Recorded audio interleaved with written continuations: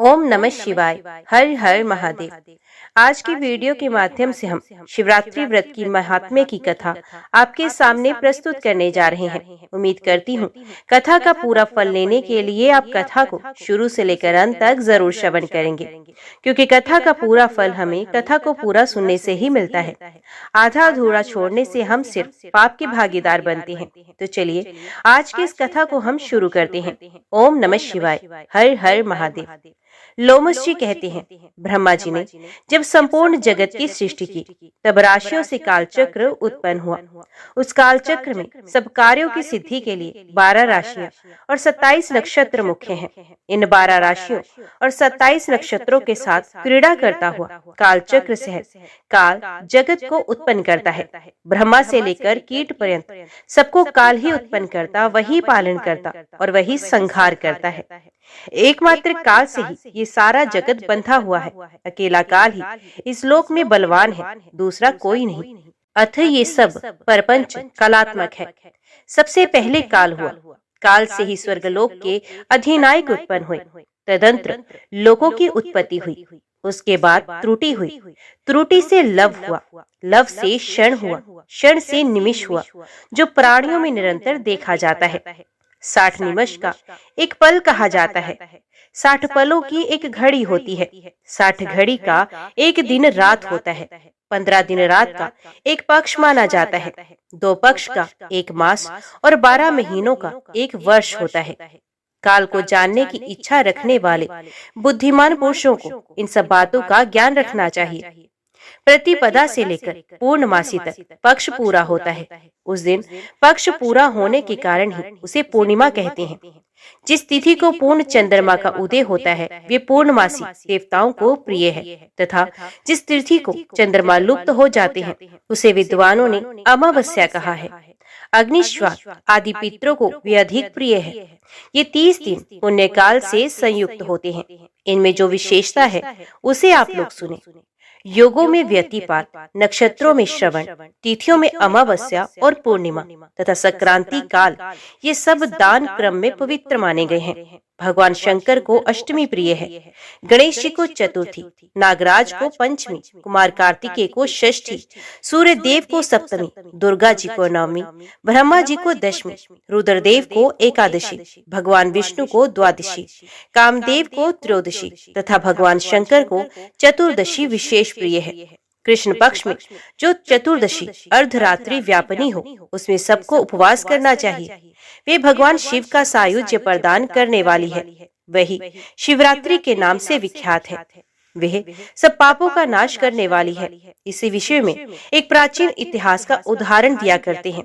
पूर्व काल में एक विधवा ब्राह्मणी थी जिसकी प्रकृति बड़ी चंचल थी। वे कामभोग में आसक्त रहती थी।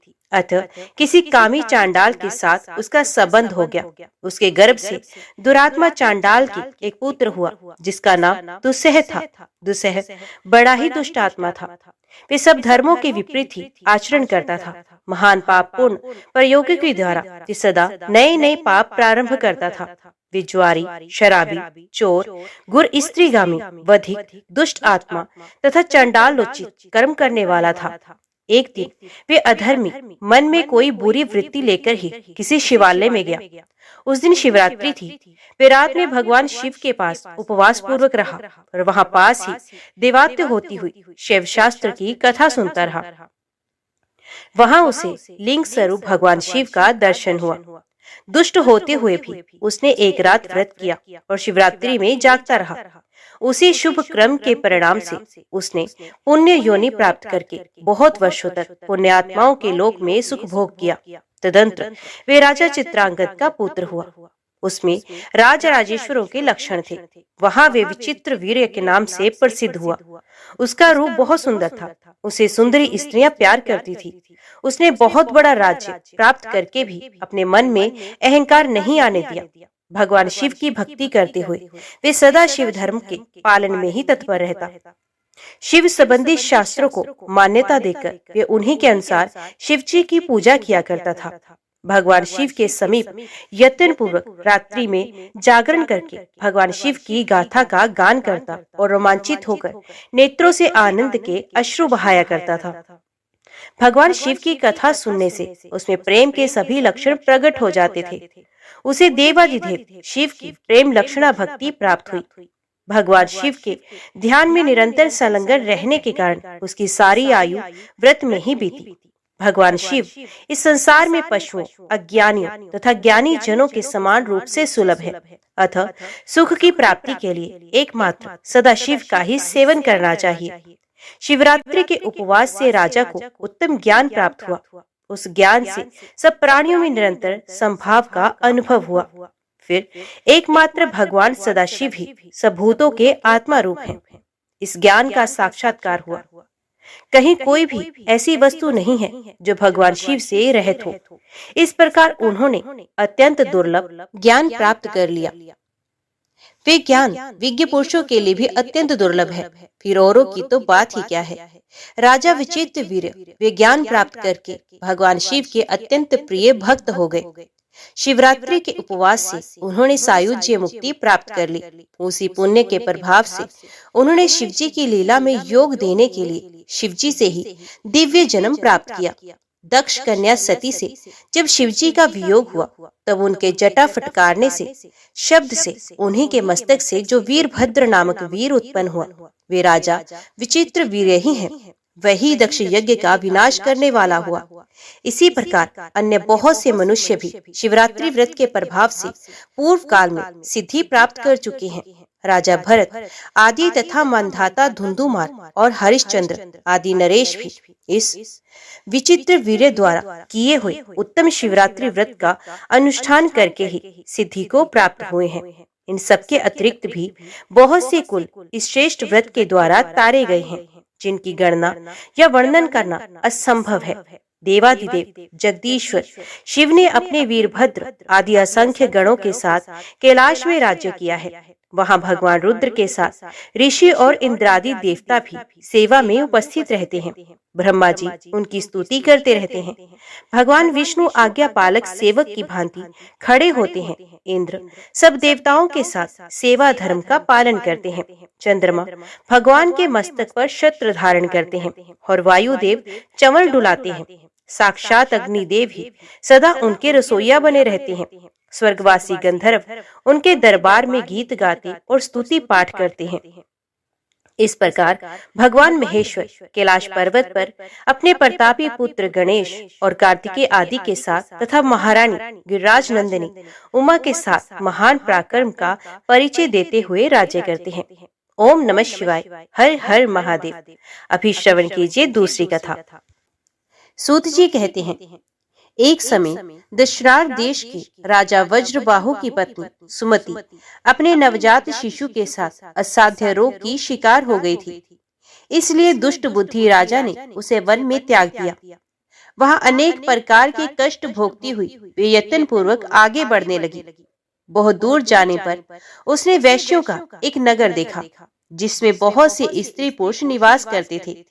उस नगर का रक्षक एक बहुत बड़ा महाजन वैश्य था, जो पद्माकार के नाम से प्रसिद्ध था। वे दूसरे कुबेर के समान धनवान था। उस वैश्यराज के घर में सेवा टहल का कार्य करने वाली कोई दासी उधर ही आ रही थी। वे दूर से ही राजपत्नी को देखकर उनके समीप आई। उसने रानी को देखते ही उसका सारा हाल जान लिया। वे पुत्र सहित अत्यंत कष्ट भोग रही थी। दासी ने अपने स्वामी को उस स्त्री का दर्शन कराया। वैश्यराज ने रोगी पुत्र के साथ स्वयं भी रोग से पीड़ित हुई राजपत्नी को एकांत में बुलाकर उसका सब वृत्तांत पूछा और सब बात जान लेने पर अपने घर के पास ही एकांत गृह में उसे ठहराया। अन्न, वस्त्र, जल और शैया आदि का प्रबंध करके वैश्य ने माता के समान उसका आदर किया। उस घर में सुरक्षित होकर निवास करती हुई राजपत्नी के वर्ण और यक्ष्मा आदि रोगों की शांति नहीं हुई। कुछ ही दिनों में रानी का पुत्र घाव से पीड़ित होकर वैद्यों की चिकित्सा शक्ति से परे जा पहुंचा और मृत्यु को प्राप्त हो गया। पुत्र के मरने पर रानी महान शोक से ग्रस्त होकर मूर्छित हो गई और टूटी हुई लता के समान धरती पर गिर पड़ी। फिर सचेत होने पर वैश्यों की स्त्रियों ने उसे बहुत समझाया, तथापि वे अत्यंत दुखित हो विलाप करने लगी। हाय पुत्र, बंधु बांधवों से त्यागी हुई अपनी इस दीन एवं अनाथ माता को छोड़कर तुम कहाँ चले गए? जब इस प्रकार विलाप कर रही थी, उसी समय ऋषभ नाम से प्रसिद्ध शिव योगी वहां पहुंचे। वैश्यराज ने अर्घ्य देकर उनका सत्कार किया। पश्चात वे शोकग्रस्त राजपत्नी रानी के समीप जाकर इस प्रकार बोले, बेटी, तुम इतनी क्यों रो रही हो? संसार में किसका जन्म हुआ है और कौन मृत्यु को प्राप्त हुआ है? ये शरीर आदि जल के फेन के समान क्षण भंगुर है। कभी इनकी प्रीति का भ्रम होता है, कभी ये शांत हो जाते हैं और कभी पुनः इनकी स्थिति होती है। अतः फेन के समान इस शरीर की मृत्यु होने पर विद्वान पुरुष शोक नहीं करते। सत्व आदि तीनों गुण माया से उत्पन्न होते हैं। उन्हीं तीनों गुणों से शरीर की उत्पत्ति हुई है। अतः सबके शरीर त्रिगुणमय ही हैं। सत्व गुण की अधिकता होने से जीव देव योनि को प्राप्त होता है। रजोगुण से मानव योनि में जन्म लेता है और तमोगुण की अधिकता से अपनी वासना के अनुसार वे पशु पक्षी आदि योनि में उत्पन्न होता है। वर्तमान संसार में जीव अपने कर्मों के बंधन से बंधकर बार बार ऐसे सुख दुखमय अवस्था को प्राप्त होता है जिसका अनुमान करना अत्यंत कठिन है।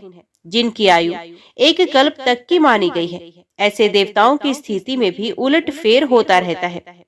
फिर जो अनेक प्रकार के रोगों से ग्रस्त हैं, ऐसे मानव देहधारी प्राणियों की तो बात ही क्या, कोई काल को ही शरीर में उत्पत्ति में कारण बताते हैं, तो कोई कर्म को और कोई गुणों को हेतु मानते हैं। वस्तुत काल, कर्म और गुण तीनों से ही शरीर का आधार हुआ है। ये पांच भौतिक शरीर उत्पन्न हो या मरे, इसे देखकर विद्वान पुरुष हर्ष और शोक ना करे।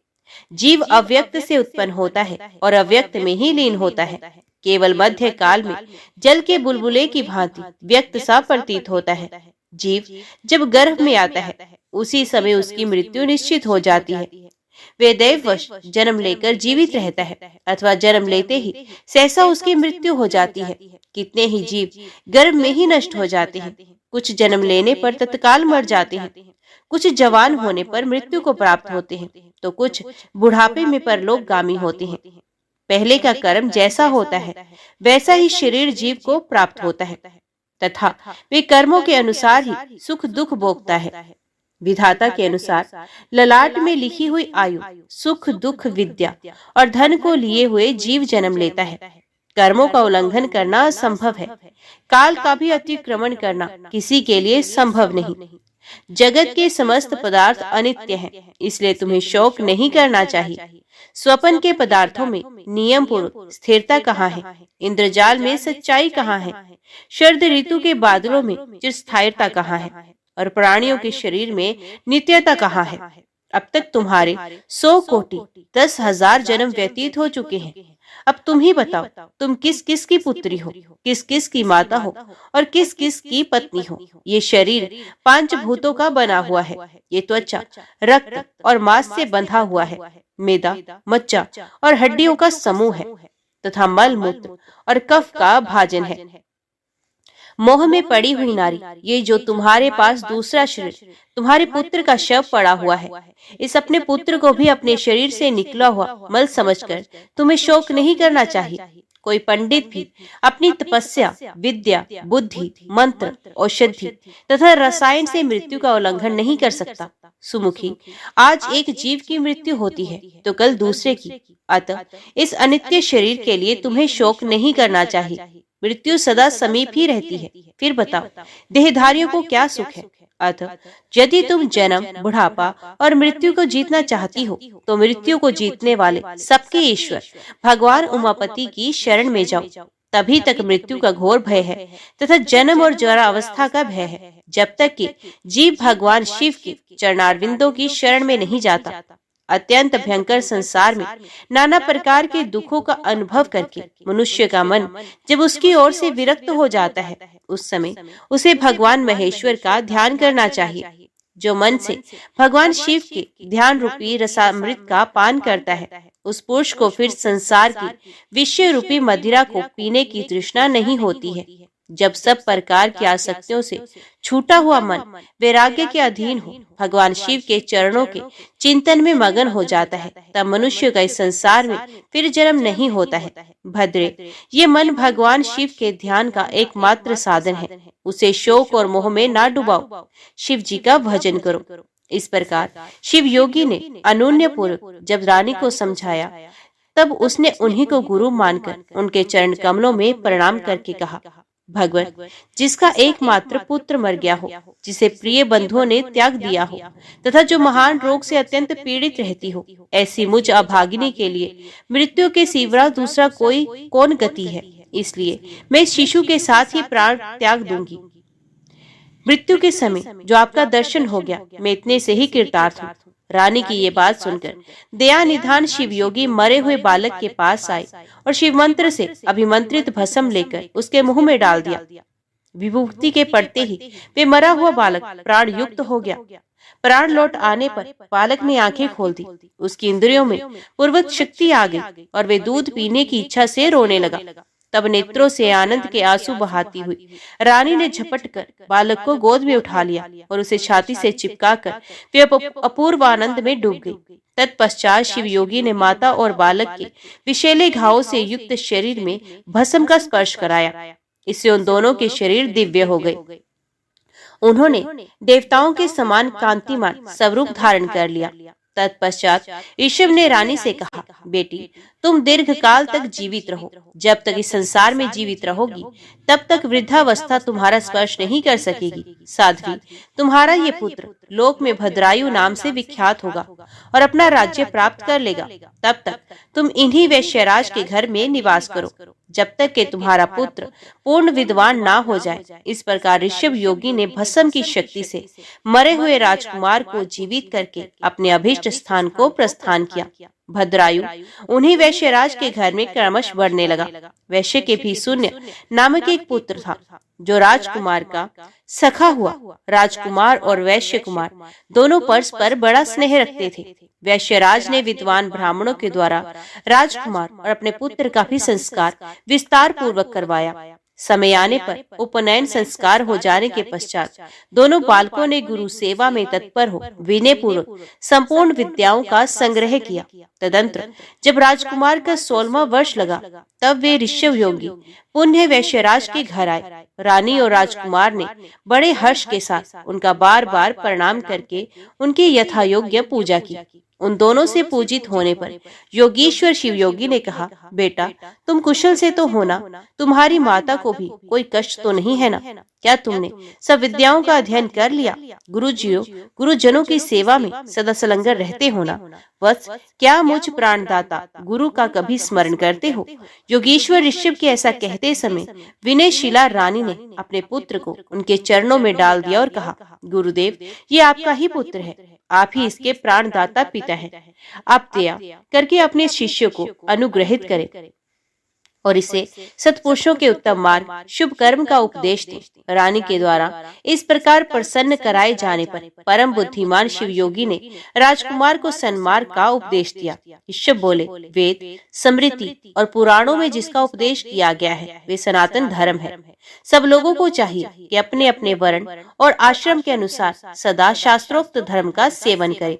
वत्स, तुम सदा सत्पुरुषों के मार्ग पर चलो, उत्तम आचार का ही पालन करो, देवताओं की आज्ञा का भी उल्लंघन ना करो, देवताओं की अवहेलना भी ना करो। गो देवता, गुरु और ब्राह्मण के प्रति सदा भक्ति भाव रखो। अतिथि के रूप में चांडाल भी अपने घर में आ जाए तो सदा उसका सत्कार करो। अपने प्राणों पर संकट आ जाए तो भी सत्य का परित्याग ना करो। महाभाव, पराये धन की, पराई स्त्री की, देवता तथा ब्राह्मण की वस्तुओं की और अत्यंत दुर्लभ पदार्थों की तृष्णा त्याग दो। महामती, सदा उत्तम कथा, उत्तम आचार, उत्तम व्रत, सत्पुरुषों के आगमन तथा धर्म आदि के संग्रह की ही अभिलाषा करो। स्नान, जप, होम, स्वाध्याय, पितृ तर्पण, गो पूजा, देव पूजा और अतिथि पूजा में कभी आलस्य को समीप न आने दो। क्रोध, द्वेष, भय, छठता, चुगली, अनुचित आग्रह, कुटिलता, दंभ और उद्वेग का यत्न पूर्वक त्याग करो। अकारण वैर, व्यर्थ की बकवाद और दूसरों की निंदा छोड़ दो। मृग्या, रुतक्रिया, मद्यपान, स्त्री लंपटपोष, इन सब के संग का परित्याग करो। अधिक भोजन, अधिक परिश्रम, अधिक बातचीत और अधिक खेलकूद तथा क्रीड़ा विलास को सदा के लिए छोड़ दो। अधिक विद्या, अधिक श्रद्धा, अधिक पुण्य, अधिक स्मरण, अधिक उत्साह, अधिक प्रसिद्धि और अधिक धैर्य जैसे भी प्राप्त हो उसके लिए सदा चेष्टा करो। अपनी ही पत्नी के प्रति सकाम बनो, अपने शत्रुओं पर ही क्रोध करो, पुण्य राशि के संग्रह के लिए ही लोभ करो, पापचारियों के प्रति ही दोष दृष्टि रखो, पाखंडियों के प्रति द्वेष तथा साधु पुरुषों के प्रति राग रखो, बुरी सलाह को समझाने में और ग्रहण करने में मूर्ख बने रहो, चुगलों की बातें अनसुनी करने के लिए बहरे हो जाओ, धूर्त, अत्यंत क्रोधी, शठ, क्रूर, शली, चंचल, दुष्ट, पतित, नास्तिक और कुटिल मनुष्य को दूर से ही त्याग दो। अपनी प्रशंसा ना करो, दूसरों की चेष्टाओं और इशारों को समझो, धन और कुटुंब में अधिक आसक्ति ना रखो, पतिव्रता पत्नी, माता, ससुर, साधु पुरुष और गुरु के वचनों में सदा विश्वास करो। अपनी रक्षा में तत्पर होकर सदा सावधान रहो, उत्तम व्रत का पालन करो, अपने सेवकों पर भी कभी पूर्ण विश्वास ना करो। महामते, जो तुम्हारा विश्वास पात्र रहा हो ऐसा कोई पुरुष यदि चोरी में भी पकड़ा जाए तो उसे प्राण दंड ना दो। पाप रहित मनुष्य पर संदेह ना करो, सत्य से विचलित ना हो।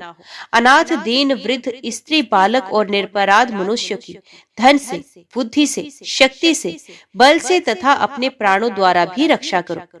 वध करने योग्य शत्रु भी यदि शरण में आ जाए तो उसे ना मारो। माता पिता और गुरु के कोप से बचो।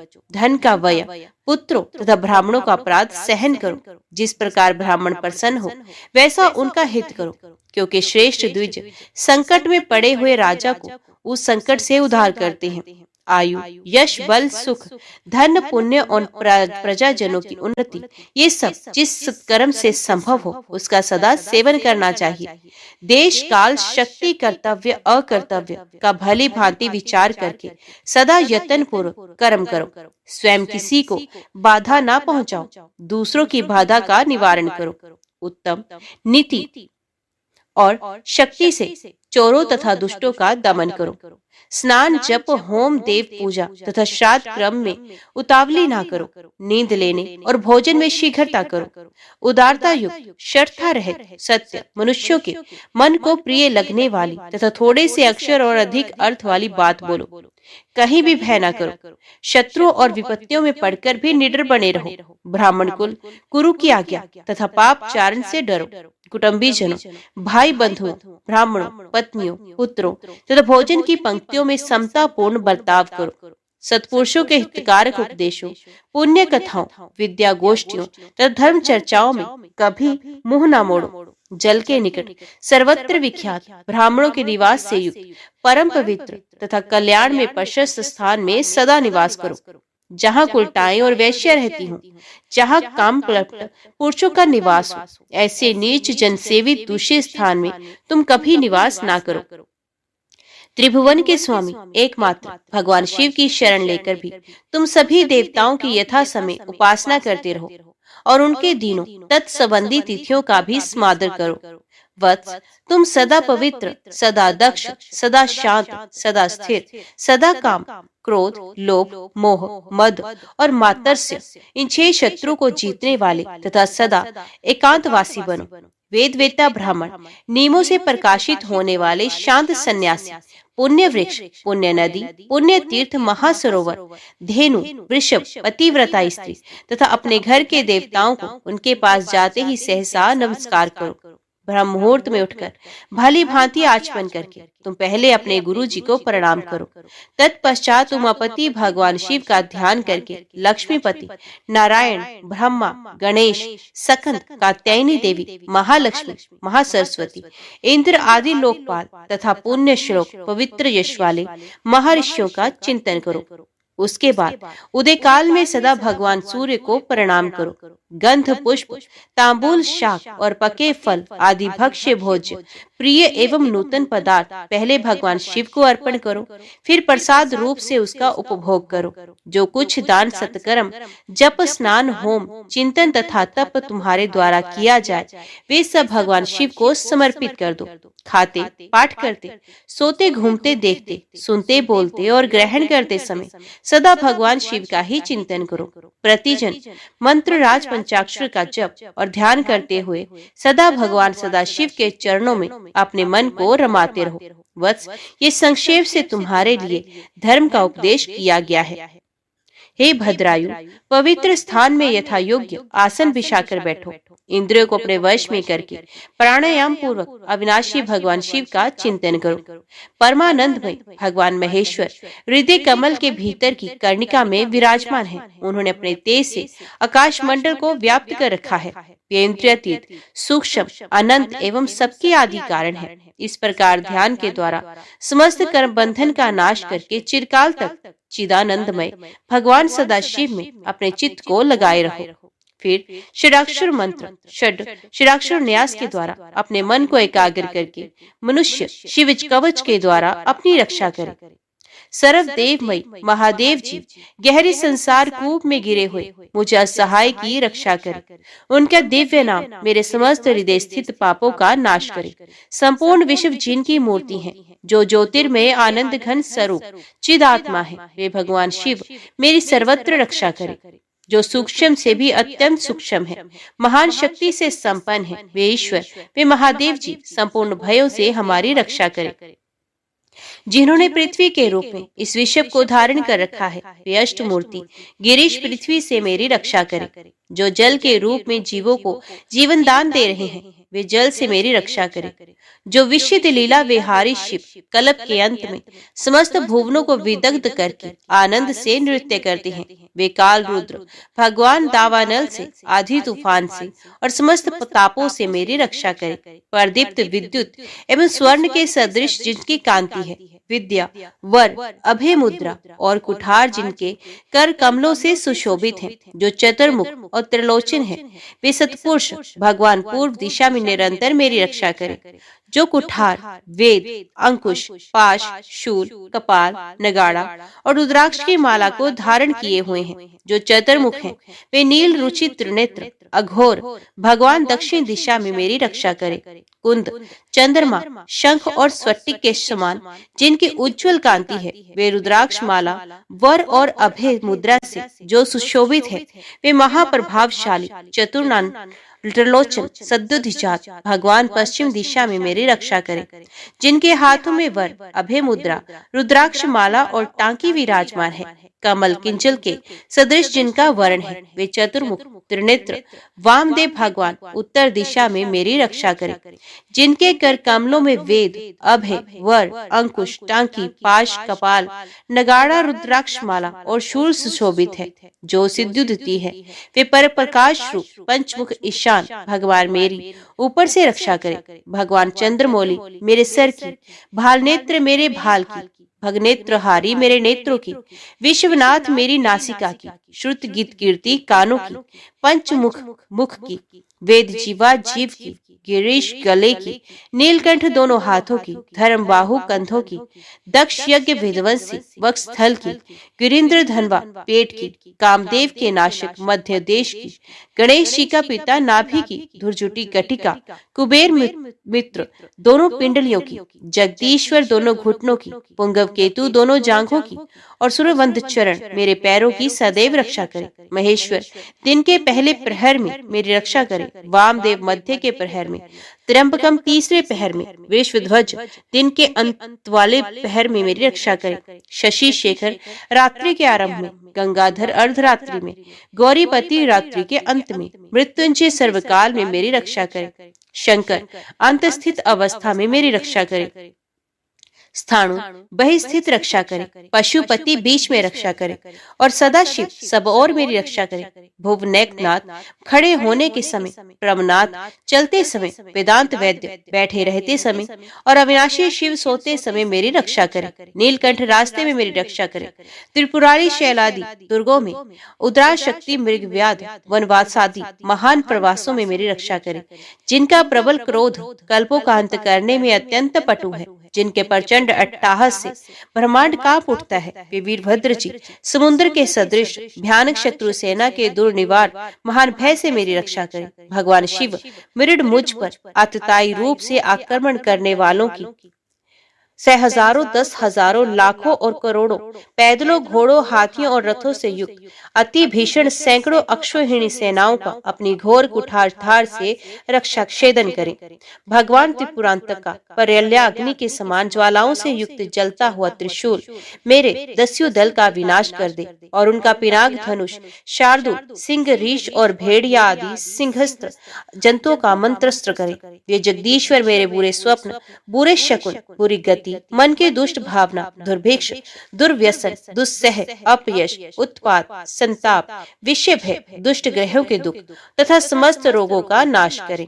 संपूर्ण तत्व जिनके स्वरूप है, जो संपूर्ण तत्वों में विचरण करने वाले, समस्त लोगों के एकमात्र कर्ता और संपूर्ण विश्व के एकमात्र भरण पोषण करने वाले हैं, जो अखिल विश्व के एक ही संहारकारी, सब लोगों के एकमात्र गुरु, समस्त संसार के एक ही साक्षी, संपूर्ण वेदों के गूढ़ तत्व, सबको वर देने वाले, समस्त पापों और पीड़ाओं का नाश करने वाले, सारे संसार को अभय देने वाले, सब लोगों के एकमात्र कल्याणकारी, चंद्रमा का मुक्त धारण करने वाले, अपने सनातन प्रकाश से प्रकाशित होने वाले, निर्गुण, उपमा रहित, निराकार, निराभास, निरामय, निष्प्रपंच, निष्कलंक, निर्द्वंद, निस्संग, निर्मल, गति शून्य, नित्य रूप, नित्य वैभव से संपन्न, अनुपम ऐश्वर्य से सुशोभित, आधार शून्य, नित्य, शुद्ध, बुद्ध, परिपूर्ण, सच्चिदानंद घन, अद्वितीय तथा परम शांत प्रकाश में तेज स्वरूप है, उन भगवान सदाशिव को नमस्कार है। हे महारुद्र, हे महारुद्र, भद्रावतार, दुखदावग्नि विदारण, महाभैरव, काल भैरव, कल्पांत भैरव, कपाल मालाधारी, हे खटवांग, खड़ग ढाल पाश, अंकुश डमरू, शूल धनुष बाण, गदा शक्ति बिंधीपाल, तोमर मुशल मुदगर, पट्टिश परिग परिग, भुषंटी, परशु, शतघनी और चक्र आदि आयुधों के द्वारा भयंकर हजारों हाथों वाली, हे मुख दंष्ट्र कराल, विकट अट्टाहस विस्वारित, ब्रह्मांड मंडल, नागेंद्र कुंडल, नागेंद्र वल्य, नागेंद्र चिरमधर, मृत्युंजय, त्र्यंबक, त्रिपुरांतक, विरूपाक्ष, विश्वेश्वर, विश्वरूप, विश्ववाहन, विधुभूषण और विश्वतोमुख, आपकी जय हो, आपकी जय हो। आप मेरी रक्षा कीजिए, रक्षा कीजिए। मेरे महामृत्यु भय को जला दीजिए, जला दीजिए। अपमृत्यु का नाश कीजिए, नाश कीजिए। बाहरी और भीतरी रोग भय को जड़ से मिटा दीजिए, जड़ से मिटा दीजिए। सर्प विष भय को शांत कीजिए, शांत कीजिए। चोर भय को मार डालिए, मार डालिए। मेरे काम, क्रोध, लोभ आदि भीतरी तथा इंद्रियों के और शरीर के द्वारा होने वाले पाप, कर्म रूपी बाहरी शत्रु का उच्चाटन कीजिए, उच्चाटन कीजिए। शूल के द्वारा विदारण कीजिए, विदारण कीजिए। कुठार के द्वारा काट डालिए, काट डालिए। खड़ग के द्वारा छेद डालिए, छेद डालिए। खटवान के द्वारा नाश कीजिए, नाश कीजिए। मुश्किल के द्वारा पीस डालिए, पीस डालिए। और बाणों के द्वारा बींध डालिए, बींध डालिए। आप मेरी हिंसा करने वाले राक्षसों को भय दिखाइए, भय दिखाइए। भूतों का विदारण कीजिए, विदारण कीजिए। कुष्मांड, बेताल, मारियों और ब्रह्म राक्षसों को संत्रस्त कीजिए, संत्रस्त कीजिए। मुझको अभय कीजिए, अभय कीजिए। मुझ डरे हुए को आश्वासन दीजिए, आश्वासन दीजिए। नरक भय से मेरा उद्धार कीजिए, उद्धार कीजिए। मुझे जीवन दान दीजिए, जीवन दान दीजिए। क्षुधा तृष्णा से मुझको अप्यायित कीजिए, अप्यायित कीजिए। आपकी जय हो, आपकी जय हो। मुझे दुखातुर को आनंदित कीजिए, आनंदित कीजिए। शिव कवच से मुझे आच्छादित कीजिए, आच्छादित कीजिए। त्र्यंबकम सदाशिव, आपको नमस्कार है, आपको नमस्कार है, आपको नमस्कार है। ओम नमः शिवाय। हर हर महादेव। इस प्रकार मैंने तुम्हें वरदायक शिव कवच का उपदेश किया है। ये सब बाधाओं को शांत करने वाला है तथा समस्त प्राणियों के लिए गोपनीय वस्तु है। जो मनुष्य इस उत्तम शिव कवच को सदा धारण करता है, उसे भगवान शंकर की कृपा से कहीं भी भय नहीं प्राप्त होता। जिसकी आयु क्षीण हो गई है, जो मरणासन है, अथवा महान रोग से मृत प्राय हो रहा है, वे भी इस कवच को धारण करने से तत्काल सुखी होता है और दीर्घायु पाता है। वत्स, मेरे दिए हुए इस उत्तम शिव कवच को तुम श्रद्धा पूर्वक धारण करो, इससे तुम शीघ्र ही कल्याण के भागी होगे। ऐसा कहकर ऋषभ योगी ने उस राजकुमार को बड़ी भारी आवाज करने वाला एक शंख तथा शत्रुओं का नाश करने वाला खड्ग दिया। फिर भस्म को अभिमंत्रित करके राजकुमार के सब अंगों में लगाया और उसे 12,000 हाथियों का बल प्रदान किया। तदंतर योगी ने कहा, इस तलवार की धार बड़ी पैनी है, तुम जिसको एक बार इसे दिखा दोगे उस शत्रु की तत्काल मृत्यु हो जाएगी। तो तुम्हारे जो शत्रु इस शंख की ध्वनि सुनेंगे वे मूर्छित होकर गिर जाएंगे, अचेत होकर हथियार डाल देंगे। ये खड्ग और शंख दोनों ही दिव्य हैं। इनके प्रभाव से और भगवान शिव के कवच की महिमा से 12,000 हाथियों के समान महान बल से तथा भस्म धारण जनित शक्ति से तुम शत्रु सेना पर अवश्य विजय प्राप्त करोगे। पिता के सिंहासन को पाकर इस पृथ्वी की रक्षा करोगे। इस प्रकार माता सहित भद्रायु को भली भांति उपदेश करके उन दोनों से पूजित हो योगी बाबा इच्छा अनुसार चले गए। इधर मगध देश के राजा ने राजा वज्रबाहु को युद्ध में हराकर उनकी राजधानी को नष्ट भ्रष्ट कर दिया। उनकी स्त्रियों और गोधन आदि को हर लिया और वज्रबाहु को भी बलपूर्वक बांधकर रथ पर बैठाकर वे शत्रु लोग अपने नगर को ले गए। इस प्रकार राष्ट्र के विनाश का भयंकर कोलाहल होने पर बलवान राजकुमार भद्रायु ने ये समाचार सुना कि शत्रुओं ने मेरे पिता को बांध लिया है, मेरी माताओं को भी हर लिया है और दशरथ देश का राज्य भी नष्ट हो गया है। ये सुनकर राजकुमार भद्रायु सिंह की भांति गर्जना करने लगा। उसने शंख और खड्ग ले लिए, कवच पहना और घोड़े पर सवार हो वे शत्रु को जीतने की इच्छा से बड़े वेग से उस स्थान पर आया जहां मगध सेना भरी हुई थी। राजकुमार शीघ्र ही शत्रुओं की सेना में घुस गया और धनुष को कान तक खींचकर बाणों की वर्षा करने लगा। राजपुत्र के बाणों की मार खाकर शत्रु भी उस पर टूट पड़े और बड़े वेग से भयंकर बाणों द्वारा उसे घायल करने लगे। युद्धोमत शत्रु के अस्त्र शस्त्रों की वर्षा से आहत होकर भी धीर वीर राजकुमार रणभूमि में विचलित नहीं हुआ। वे शिव कवच से पूर्ण सुरक्षित था। मगध सैनिकों की अस्त्र वर्षा का सामना करते हुए भी वीरवर भद्रायु ने शत्रु सेना में प्रवेश करके बहुत से रथों, हाथियों और पैदल सैनिकों को शीघ्रतापूर्वक मार गिराया। रणभूमि में ही एक रथी को सारथी सहित मारकर राजकुमार ने उस रथ पर अधिकार कर लिया और अपने मित्र वैश्य कुमार को सारथी बनाकर युद्ध में विचरण करने लगा। ऐसा जान पड़ता था मानो मृगों के झुंड में कोई सिंह भ्रमण कर रहा है। तब शत्रु सेना ने सभी बलवान सेनापति अपने धनुष उठाए, क्रोध में भरकर केवल उसी की ओर दौड़ पड़े। ये देख राजकुमार भद्रायु उन आक्रमणकारियों के सामने अपना भयंकर खड्ग उठाए उन्हें अपना पराक्रम दिखलाने के लिए आगे बढ़ा। चमकती हुई विकराल तलवार को देखते ही सब सेनापति सहसा उसके प्रभाव से प्रतिहत हो प्राणों से हाथ धो बैठे। उस रणभूमि में जो सैनिक उस चमचमाती हुई तलवार को देख लेते थे उन सबकी तत्काल मृत्यु हो जाती थी। तदंतर भद्रायु ने शत्रु की संपूर्ण सेना का नाश करके अतिशय गर्जना करने वाले उस महाशंख को बजाया। उस शंख ध्वनि के सुनते ही सब शत्रु मूर्छित होकर पृथ्वी पर गिर पड़े। अचेत होकर पृथ्वी पर पड़े हुए शास्त्रहीन सैनिकों को मृत्यु तुल्य मानकर धर्मशास्त्र के ज्ञाता राजकुमार ने उनका वध नहीं किया। अपने बंधे हुए पिता को बंधन मुक्त करके शत्रु के वश में पड़ी हुई अपनी माताओं को भी राजकुमार ने छुड़वा लिया। इसी प्रकार मुख्य मंत्रियों तथा अन्य पूर्ववासियों की स्त्रियां, बालकों और कन्याओं को गोधन आदि सहित शत्रु के भय से मुक्त करके उन सबको धैर्य बंधाया। तत्पश्चात राजकुमार ने नगर के राजा, मंत्री तथा मुख्य अधिकारियों और सेनापतियों को कैद करके बलपूर्वक अपनी पुरी में प्रवेश किया। पहले युद्ध में जो लोग चारों दिशाओं में भाग गए थे वे सब विश्वस्त होकर लौट आए और राजकुमार का पराक्रम देखकर सबके मन में बड़ा विस्मय हुआ। सब लोग सोचने लगे, अहो ये कोई योग सिद्ध अथवा तप सिद्ध पुरुष है या कोई देवता है, क्योंकि इसने जो महान कर्म किया है वे मनुष्य की शक्ति से परे है। इस अनंत शक्तिधारी वीर ने 9 अक्षौहिणी सेना को परास्त किया है। इसी समय भद्रायु के पिता वज्रबाहु विस्मय और आह्लाद में डूबे हुए तथा नेत्रों से आनंद के आंसू बहाते हुए उनके सामने आए। राजकुमार ने प्रेम से विवल होकर पिता को प्रणाम किया। तब राजा ने पूछा, महामती तुम कौन हो? देवता हो या मनुष्य अथवा कोई गंधर्व तो नहीं हो? तुम्हारे माता पिता कौन है? तुम्हारा देश कौन सा है? तुम्हारा नाम क्या है? तुमने हमें और हमारी स्त्रियों को किस कारण से शत्रुओं के बंधन से छुड़वाया है। तुम्हारे इस ऋण से बंधु बांधवों से मैं 1000 जन्मों में भी मुक्त नहीं हो सकता। इन पुत्रों, इन पत्नियों तथा इस राज्य और नगर को छोड़कर मेरा चित्त तुम्ही में प्रेम पूर्वक बंधा हुआ है।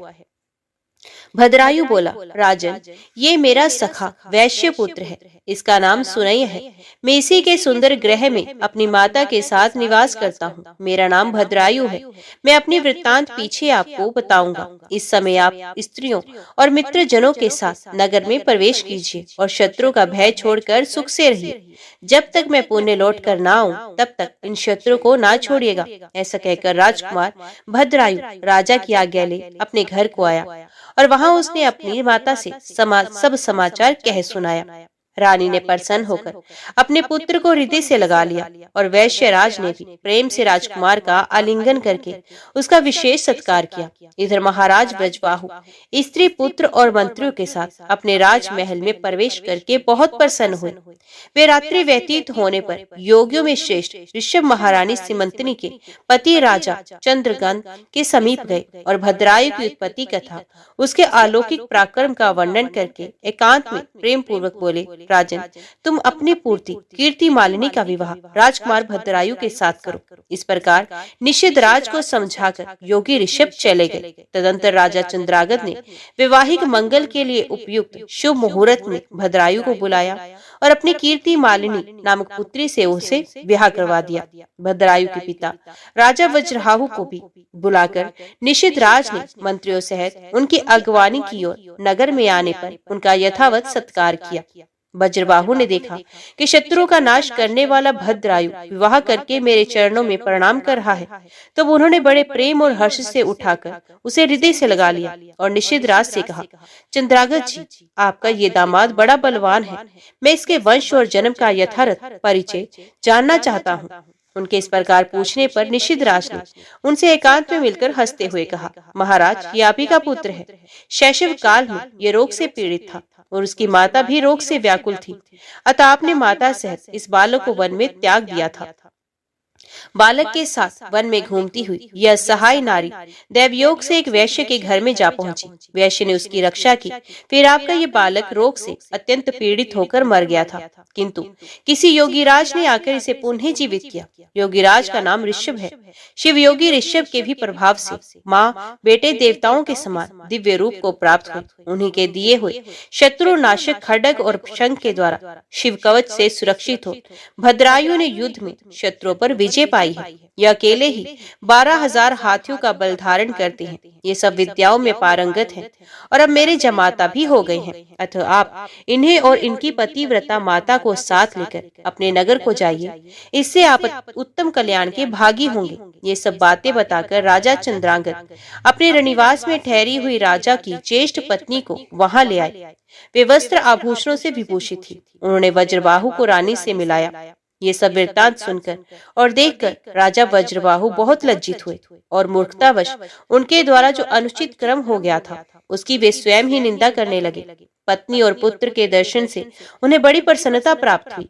उनके सब अंगों में रोमांच हो आया और उन्होंने दोनों को हृदय से लगा लिया। इस प्रकार निषिद्ध राज से पूजित और प्रशंसित होकर राजा ब्रजबाहु ने अपनी बड़ी रानी को, राजकुमार भद्रायु को और पुत्र वधु कीर्ति मालिनी को भी साथ ले परिवार सहित अपनी राजधानी को प्रस्थान किया। वहां जाकर भद्रायु ने समस्त पुरवासियों को आनंदित किया। समय आने पर उसके पिता जब स्वर्गवासी हो गए, तब युवावस्था में अद्भुत पराक्रमी भद्रायु ने ही संपूर्ण पृथ्वी का शासन किया और ब्रह्म ऋषियों के समीप मगधराज हेमरथ से मित्रता जोड़कर उन्हें अपने बंधन से मुक्त किया। ओम नमः शिवाय। हर हर महादेव। आज की वीडियो में इतना ही। उम्मीद करती हूँ वीडियो आपको पसंद आई होगी। वीडियो पसंद आई हो तो वीडियो को लाइक और चैनल को सब्सक्राइब जरूर कीजिएगा। ओम नमः शिवाय लिखकर कमेंट बॉक्स में अपनी हाजिरी और अपने सुझाव देना ना भूलेगा। तो मिलते हैं अगली कथा अगली वीडियो के साथ। तब तक के लिए देखते व सुनते रहिए। जय मां कंजन, जय माता दी।